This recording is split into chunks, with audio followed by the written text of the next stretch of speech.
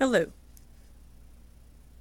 I'm the Nerdy Scholarship Guru, and I want to give advice to underclassmen, juniors in this presentation. Usually, you can listen to it the most. I'll give you advice about on the following that have more college options. The reason why I'm doing this presentation is so you won't make a lot of mistakes that other previous seniors have made in the past. Limit yourself from other opportunities that are out there, or not done enough research to look for other scholarships or programs that can actually pay off for your school fees, so you won't be stuck with multiple loans that prevent you from finishing up your graduation of college. Major scholarship programs we're going to go over that could actually cover most of your fees and most of your debt will be limited can be the Posse Foundation, Questbridge, Gates Millennium Scholars, and Dell Scholars. These are the most national well-known ones. There's others out there, but these are the ones I'll go over in this presentation. If you want to hear about other organizations or private foundations out there, just subscribe to my channel and you'll hear about different blogs, different foundations through different videos I'll be presenting throughout the year. The Posse Foundation is a full tuition leadership scholarship provided by their partner universities. The Posse Foundation is nationwide in different selected states. Each state has different partner colleges. So the one I'm presenting right now is the Houston area one, since I'm located in Texas. The following partner universities, if you check the Posse Foundation website, they will verify which universities they are partnered with and which ones would you pick out of. Pretty much, they're basing you based on your leadership qualities, clubs and organizations you have participated throughout your school, what helps you stand out amongst most of your peers. So you won't be overlooked in the college application process due to test scores or low grades. They look over low grades, but they also do have a minimum, so make sure your GPA is at least a 2.3 or 2.5 above. And they do not look at your test scores. They will waiver that and just look at you as a whole individual. And you'll also be partnered up with 9 other students in your group going off to a college, so you can have a higher chance rate. They have about a 90% chance rate of people graduating out of college, and they mostly help students who are low income. It can actually come from any background. You can be a rich kid in this program or even a poor kid, so they don't really judge you by that. Questbridge is a nice program too. It's a nonprofit organization that connects with high achieving academic students.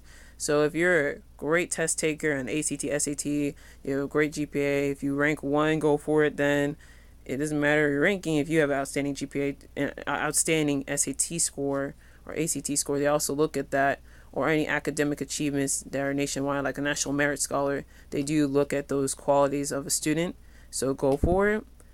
And if you're low income, they also encourage that for you to apply to as well. And you'll get a full ride to one of their one of their partnered schools. The Gates Millennium Scholars is a scholarship organization that provides about to 4 to 5 years. Bill Gates will be willing to cover all your unmet expenses. So pretty much anything that is loans or things that the college can't cover, he will cover it. So pretty much it's like a full ride in your benefit. The way the Gates Millennium Scholarship works is there are minimum requirement of a GPA, of course. They do not ask for your SAT scores, so don't worry if you're a weak test taker. You can still go for the scholarship. And you have to write 8 essays. They will give you the prompts early, starting in August of every year, all the way to January. So you have no excuse not to write those essays, because pretty much you have a long time. You can pretty much write one each week if you want to, or during Christmas break, but do not wait till the last minute. It's unadvised to rush those essays, because they also look since it's about 8 essays, pretty much is the whole focus of the whole scholarship. So take your time out and put your heart to those essays.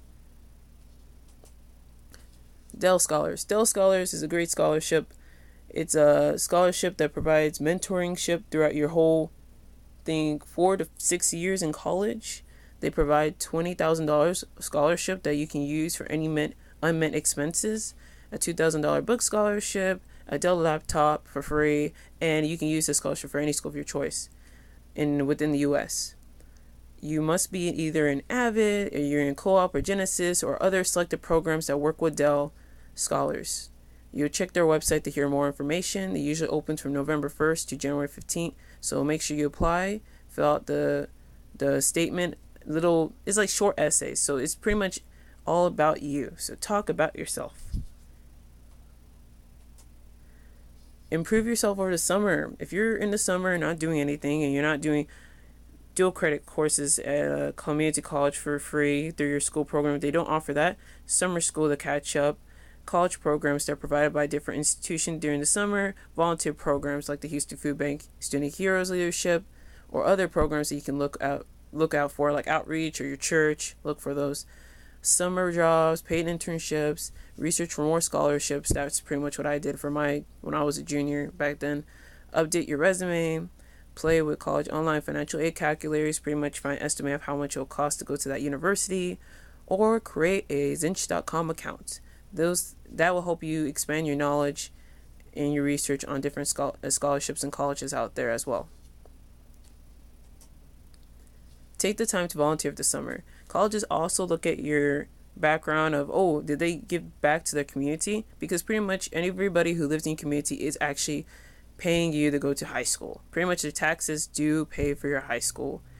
So they're paying for your education. So please give back to your community as well. Take part in different organizations out there. If you're in Houston, for example, there's the Houston Food Bank Student Heroes program. It's very great. It trains you to work in a setting, leadership principles, and many different projects along with it as well. Summer programs. Summer college programs also help you learn more about the college admission process. You get involved with colleges of your choice, or even different colleges around your area, just to see what other colleges are looking for in your application. Or you can join different programs. Like, for example, I participated in the MITE program, which is an engineering program in UT Austin, because at first I was interested in engineering. So I wanted to learn more about engineering. You can find programs based on your major you're interested in, or the field of study you're interested in. For example, University of Houston has a pharmacy program going on. Texas A&M has agriculture and a marine biologist camp going on. If you are looking for even colleges within your community or in your state, just research on them, or even talk to counselors in your high school. They probably know of some too as well. What private test option colleges are looking for your application? Pretty much, if you're a weak test taker, let's say you're a weak test taker. For example, I am one. I was looking for test optional colleges, and I had a well-balanced GPA. My GPA was, I think I ranked the top 2% of my class, and I had rigorous coursework, essays. Take time in your essays, because you can talk about your adversities, different challenges, and obstacles in your life, or different stories that can actually impact you can explain why you suck at testing, or you can pretty much talk about your life. You can talk about, as well, they're going to look in your resume for your job or volunteer experiences, interviews you have with them in person, phone, or video on Skype, recommendations, direct interests. We're going to talk about that later.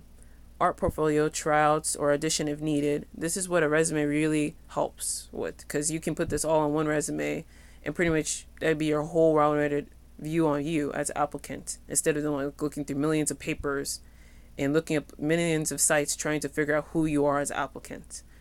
So we're going to talk more about that in future videos, so subscribe. It'll really help you. Public versus private financial offers. So if you're looking at a public university versus a private university's financial offers, and let's say you're a low-income student like me. Now, public universities do you have to keep this in mind, they do emit a large amount of freshmen, about like 7,000 to 9,000. I've seen the largest ones do.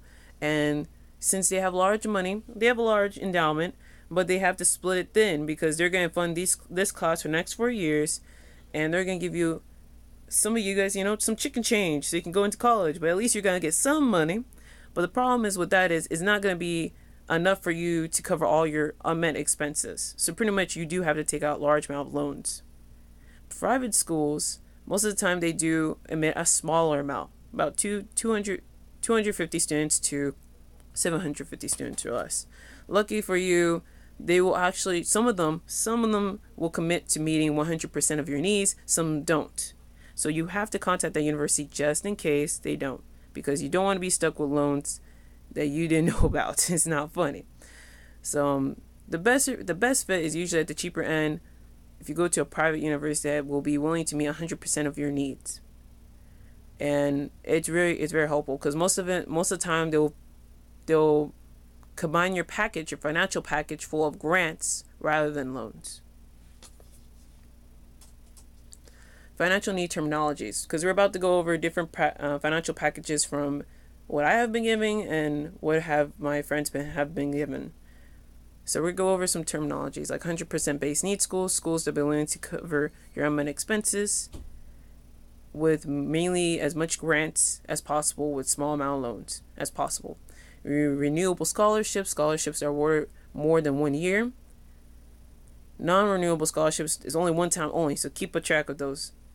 Online financial need calculators are a great prediction. They're like you have to go on the college websites of your choice and probably predict how much would it cost for you to go to that university. Federal direct subsidized loans, interest that will start right after you graduate college. Federal direct unsubsidized loans will be interest that will progress throughout your 4 years of college. The day you sit down in that college class from day one is when that loan will start accumulating all the interest in the world. Federal Perkins loan is a low interest loan for financial aid students. It's about I think a 3.5% to 5% range. Federal direct parent loan is for undergrad students. That's the loan you really you don't want to get tied up with. It usually has a large interest rate because it's a private loan without the university's help really, and it pretty much accumulates on your parents' back. So that's where the stress comes from. Some in-state need-based schools. For example, this is in-state schools in Texas that will be willing to cover most low-income students if they come attend the university. We have more on the list. Just check my blog or other videos. This is just a small amount of them, for example, that will be willing to cover all your needs. And there are private universities that most students can probably attend if you meet the minimum GPA to these universities. Community college is a cheaper route as well, and you can transfer after 2 years. And Avid has a list. If you work with an Avid counselor at your school, they probably have a list of schools that offer tuition-free waivers for low-income students. If you don't know what that is, you have to research on your own about that. For example, Texas A&M offers Aggie Insurance that will cover your tuition for the next 4 years as a low-income student. This financial aid package is from, this is mine. Pretty much it's coming from a student point of view of an EFC of 0. So if you have an EFC of 0, it's pretty much close to what you will get. I applied to the University of the South. I got a merit scholarship of $5,000. The Pell Grant's usually the max. If your EFC of 0 is going to be $5,750. Your work study is going to be $1,650. Your college grant is about $13,000. The reason why it's $13,000 usually can be more from this university is because the scholarships I've been given are one-time scholarship of $25,000 from different private scholarship foundations. But keep in mind, those are one-time scholarships you got from a private foundation. So you have to call in the college in advance to check in what would have been if you didn't have those scholarships. Because let's go say you don't have that same scholarship next year. For this year, it would have been $20, but for other years, it'll be around a net price of $12,000. So you have to be careful of that. University of Austin, University of Texas at Austin. Pell Grant max. Your Perkins loan will be $4,000. Your subsidized loan $3,500. Unsubsidized loan $2,000. Keep in mind when it comes to subsidized and unsubsidized, the max for both of them combined will be $5,500. So I'm not going to repeat those again. Your parent loan will be $11,012, and if you rate the top 10%, it's $600. So my out-of-pocket fee from University of Texas will be $20,512 with the EFZ of 0, which would put me in debt pretty quickly if you don't have any scholarships. Pitzer College This one gave me, it's 100% base needs school. Keep that in mind. They only gave me one small loan of $3,500. I did not tell them any of my scholarships yet, so this is even without the scholarships. So let's just say you didn't get any scholarships. You only have to pay $3,500, which is fantastic. Out of pocket fee will be $4,400 for unmet expenses, and pretty much that's it. Pretty good, huh? University of Houston, Pell Grant, the max. Your Texas grant, if you live in Texas, or your state grant, just add that if you have it. $4,601. Your average subsidized and unsubsidized loan of $5,500, and your totaling price of financial aid is usually, for my package for EFC of 0, $15,831. And this is without any of my scholarships. So let's say I don't have any scholarships, and I'm applying, and I wanted to go to the University of Houston, live on campus, because they did not cover the remaining fee. Is my on-campus fee for room and boarding is $14,149. HBU, with everything, they also gave me federal work study. Also, you have to keep in mind a college has the right to give you federal work study or not, even if you apply for it, even if you have EFC of 0. So keep in mind of that. With the EFZ of low EFC, because this is from a student's background, another student's background, but her EFC is close to 0. Out-of-pocket fee for her would have been $5,500 to attend HBU, the Houston Baptist University. University of St. Thomas, I use this package is because I'm using this package. The reason why I'm using this package is because it'll give you an example of a private college that's not 100% base need. So please, you have to check with the university if they're 100% base need, if they're willing to cover your unmet expenses through grants. Most private colleges do not promise that. Others do, so you have to check with whatever college you're applying to. For example, with all the grant they gave them, academic scholarship, they usually give you a large academic scholarship of $12,000, depending on your GPA or SAT scores. However, the additional loan accounted with your subsidized and unsubsidized loan with unmet expenses came out to be $17,366. That will cost a lot of money to go to this university as well.